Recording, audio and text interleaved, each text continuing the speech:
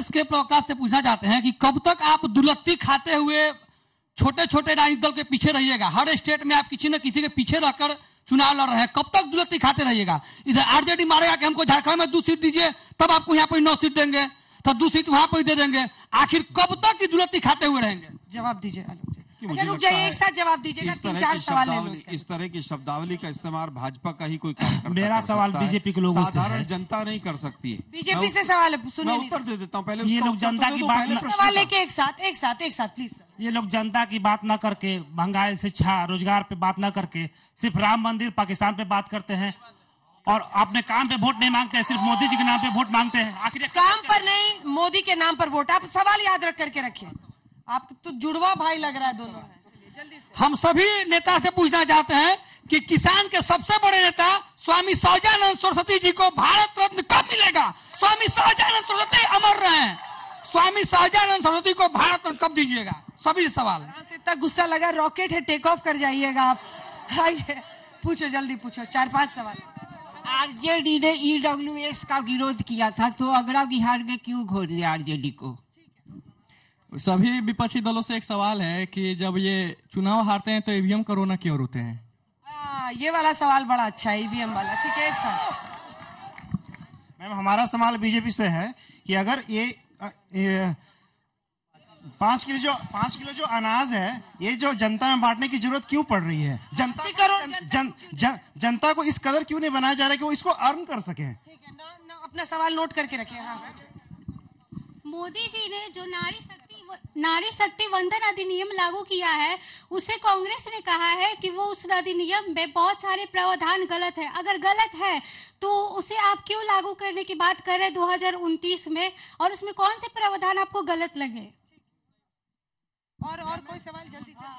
मेरा सवाल कांग्रेस से है कि ये जब 70 साल से शासन में थी, फिर भी ये बोल रहे हैं कि भारत बेरोजगार है, तो क्यों है? 70 साल से तो कांग्रेस ही थी। अच्छा, ठीक है, और कोई सवाल? आपका हो गया। इतना दिन से इन लोग एक सरकार है, बीजेपी और जदयू का, लेकिन आज तक बिजली किसान के फ्री इन लोग कह नहीं कर रहे हैं। बिहार को बीमारी कहे बना करके रखे हुए हैं, ये भी थोड़ा सा देखिए ना। 1-2 सवाल इधर से। आपका हो गया। चूंकि बिहार की धरती है तो भोजपुरी में एक सवाल आपसे पूछो। हम जानना चाहते हैं कि पीछे हेलीकॉप्टर लगा है, अंजना जी हेलीकॉप्टर से आई हैं। हम एक ही चीज जानना चाहते नहीं कि हेलीकॉप्टर के बाद हवाई जहाज के सपना दिखावे वाला ही प्रधानमंत्री 5 साल से कम आयु के बच्चा लोग के जो टिकट में आरक्षण और महिला के 58 साल से ऊपर के आरक्षण ये खत्म कर देने बाड़े, ई कब मिले के बाद बिहार के? और किसी को पूछा है?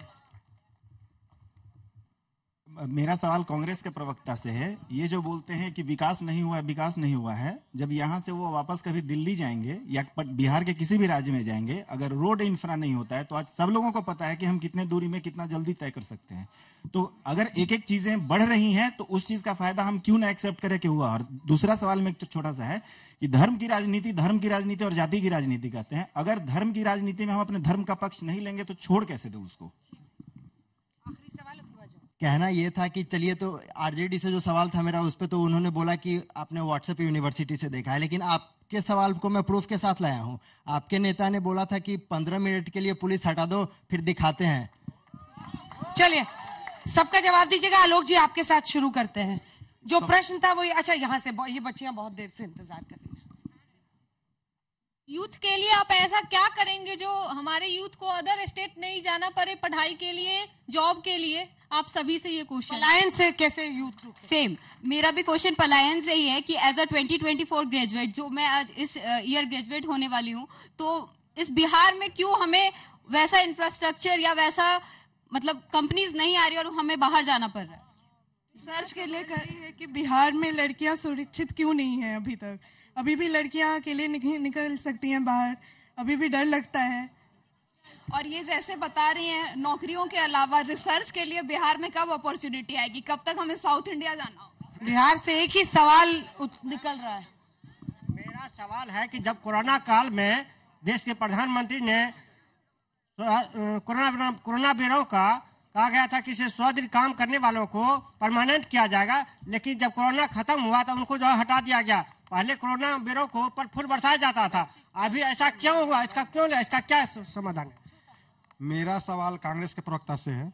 वो कहते हैं कि हम ओबीसी हितैषी हैं, तो कर्नाटक में आज ओबीसी का आरक्षण कम करके मुस्लिमों को उसमें शामिल क्यों किया गया? ठीक है, चलिए आलोक जी आपके साथ शुरू करते हैं। आप हर राज्य में छोटी पार्टी बन गए हैं, कांग्रेस पार्टी के अस्तित्व पर सवाल था, और ये जो दूसरा प्रश्न। नहीं, ऐसा नहीं है। कांग्रेस पार्टी को पिछले चुनाव में भी 12.5 करोड़ वोट मिले थे और बीजेपी के बाद हम दूसरे नंबर की पार्टी थे। चाहे वो उत्तर भारत हो, चाहे दक्षिण भारत हो, नॉर्थ ईस्ट हो, हर जगह हमारी प्रेजेंस है। आज बीजेपी के साथ एनडीए में 38 दल हैं, 38 में से 26 ऐसे हैं जिनका किसी को भी नहीं पता है, और 4 के बाद 5वें दल का नाम शायद हमारे बीजेपी के साथ ही भी ना ले पाए। छोटे दलों को साथ लेकर और छोटे दलों के साथ चलना 1989 के बाद से गठबंधन का एक धर्म हो गया है। अब सवालों की मैं जो 4-5 सवाल मेरे पास आए हैं, सबसे पहला ईवीएम का सवाल आया।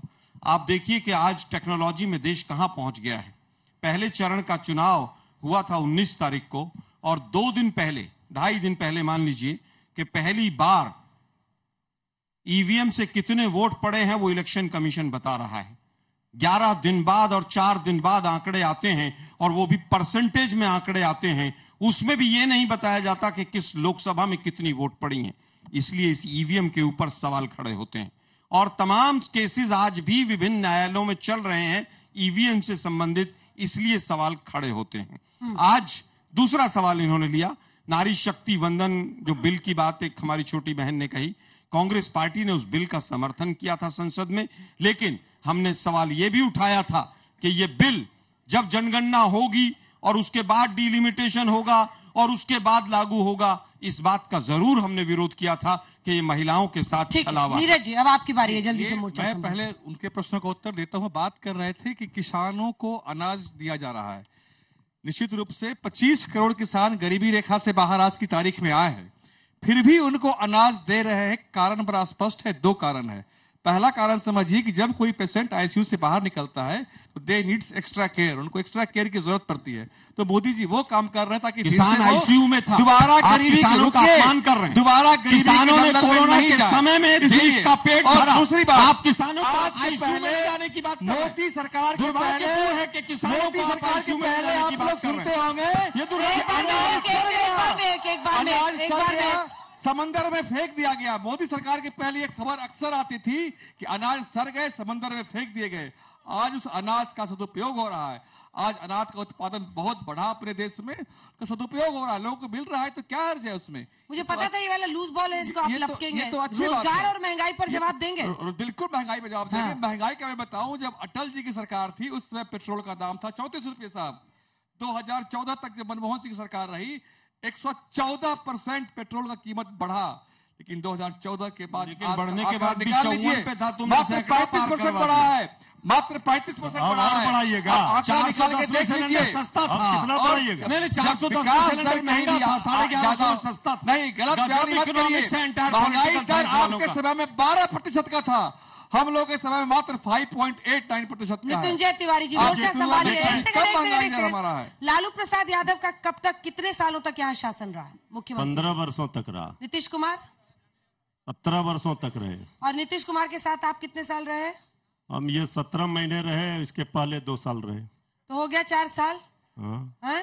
4 साल और उधर का 15 साल, 19 साल। ये सारे बच्चे आज भी पूछ रहे हैं कि कैसे हम लोगों को यहाँ पर नौकरी मिले।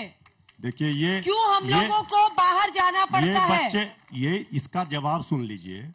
आदरणीय मोदी जी जब 14 में आए थे तो यही नौजवान इस तरह के बच्चे कह रहे थे, गा रहे थे, बहारो फूल बरसाओ मेरे महबूब आए हैं, 2 करोड़ प्रत्येक वर्ष नौकरी देंगे।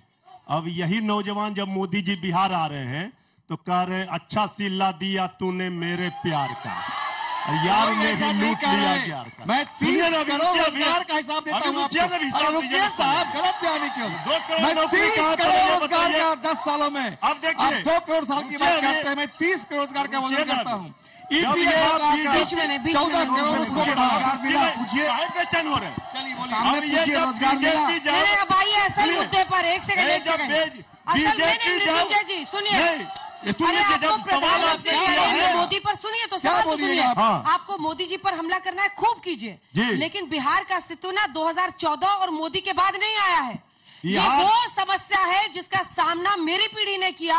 आपकी पीढ़ी ने किया, पिछली पीढ़ी ने किया, और आने वाली पीढ़ी भी वो समस्या देख रही है। देखिए जब मजाक बना के रखा हुआ है।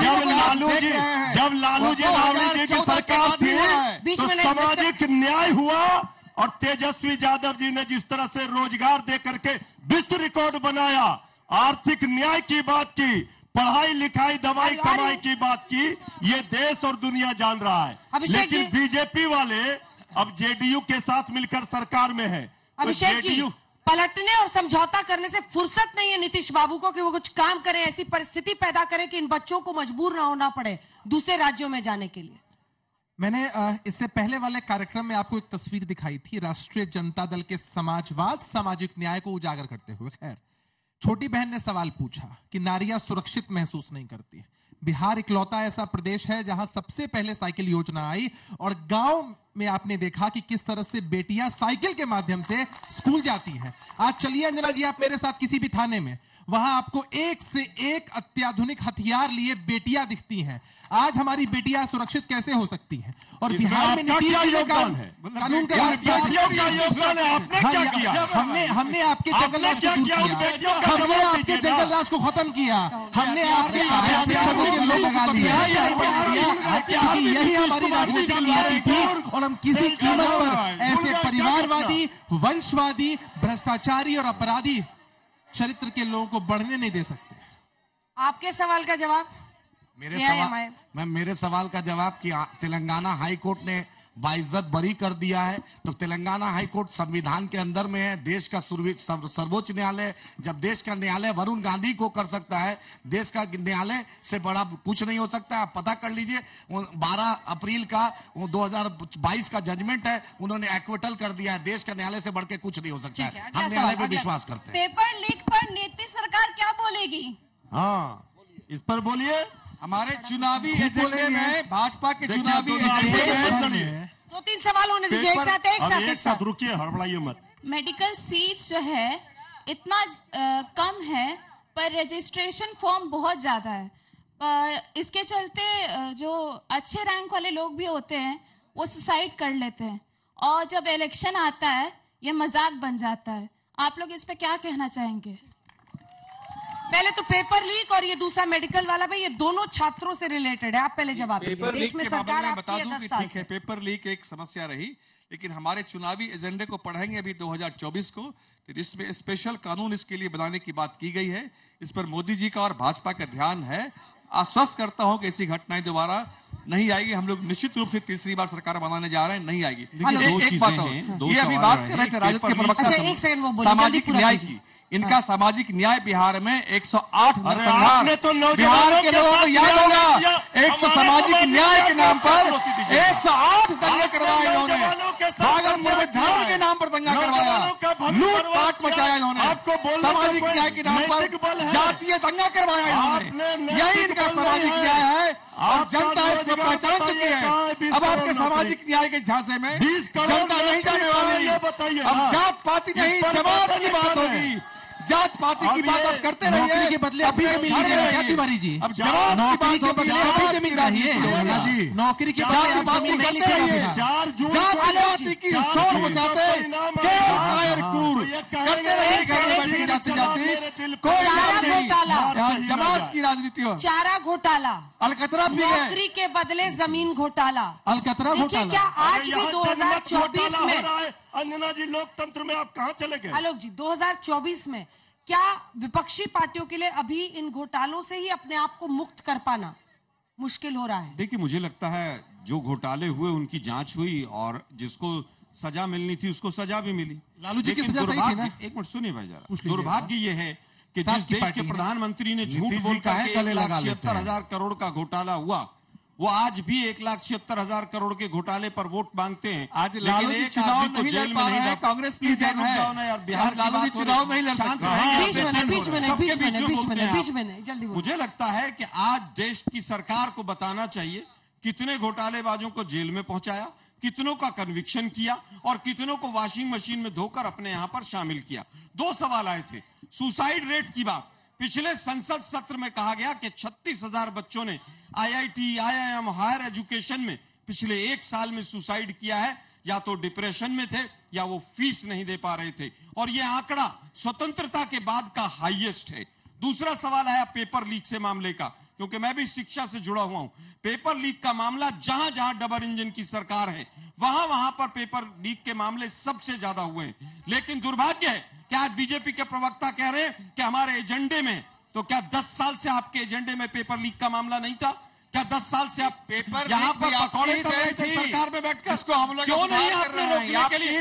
आप मुझे केवल एक कदम बताइए में क्या होता था? केंद्र सरकार बैठ के 10 साल में केंद्र सरकार ने पेपर लीक को रोकने के लिए एक कदम उठाया, उसका कदम को बताइए जरा मुझे। बिल्कुल बच्चे सुनना चाहते हैं, बताइए कौन सा कदम उठाया हुआ? पेपर लीक रुके, कानून ने अपना काम किया, उसको रोकने के लिए कौन सा कदम उठाया? सीबीआई की तो मैं एक आंकड़ा दे दूं कि हिंदुस्तान के पॉलिटिशियन पर मात्र 3% पॉलिटिशियन पे सीबीआई ईडी ने अपने कार्रवाई की है, लेकिन ये चाहते हैं कि संवैधानिक एजेंसियां अपना काम नहीं करें। अभिषेक जी, ये उसकी आड़ में अपना धंधा चलाते हैं। 24 के चुनाव के बाद भी नीतीश बाबू रहेंगे एनडीए में या फिर चले जाएंगे? फिर मिट्टी में मिल जाएंगे, भाजपा में नहीं आपको जाएंगे। भी नहीं पता है। 24 के चुनाव के बाद मैं जदयू जवाब दे को दूं, भाजपा ये समाप्त नीतीश जी कर के देगी। प्रवक्ता ये लोग हैं क्या? डीएनए नीतीश जी के प्रवक्ता ये लोग कांग्रेस हैं। वाले को लेकिन नीतीश भाजपा कुमार में जी समाप्त कर